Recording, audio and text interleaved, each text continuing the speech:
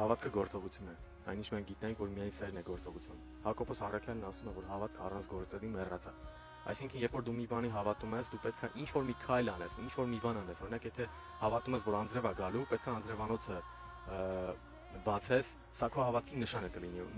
Նմանատիպ է գործում հավատքի ընթացքը։ Երբ որ դու հավատում ես ինչ-որ մի բանի, հավատքը փոխադարձ է։ Հավատքը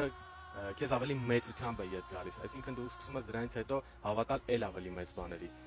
Հավատքը գործողություն է, որը որ հիմնված է Աստծո խոսքի վրա, այսինքն հավատալ եւ ինչ որ մի բան անել, հավատալ, որ կընդունվես այս համալսարանը եւ սովորես դրա համար հավատքով, որ դու ընդունվելու ես։ Մեծ հավատը մեծ պայքարների արդյունք է, մեծ փորձարկումների արդյունք է եւ եկեք չմոռանանք, որ Աստվածաշնչում էլ նշվում է, որ հավատքի զորագլուխը Հիսուս Քրիստոսն է եւ նաեւ նշվում է, որ նա է կատարողը։ Նրան պետք է հավատանք եւ ուրիշ ոչ մեկի, ոչ ինքդ քեզ, ոչ քո հնարավորություններին, ոչ չգիտեմ ինչերին, այլ միայն Հիսուս Քրիստոսին։ Եվ նա կկատարի եւ դու կզարմանաս եւ դու ավելի մեծ բաների կսկսես հավատալ։ Աստված օրհնի քեզ։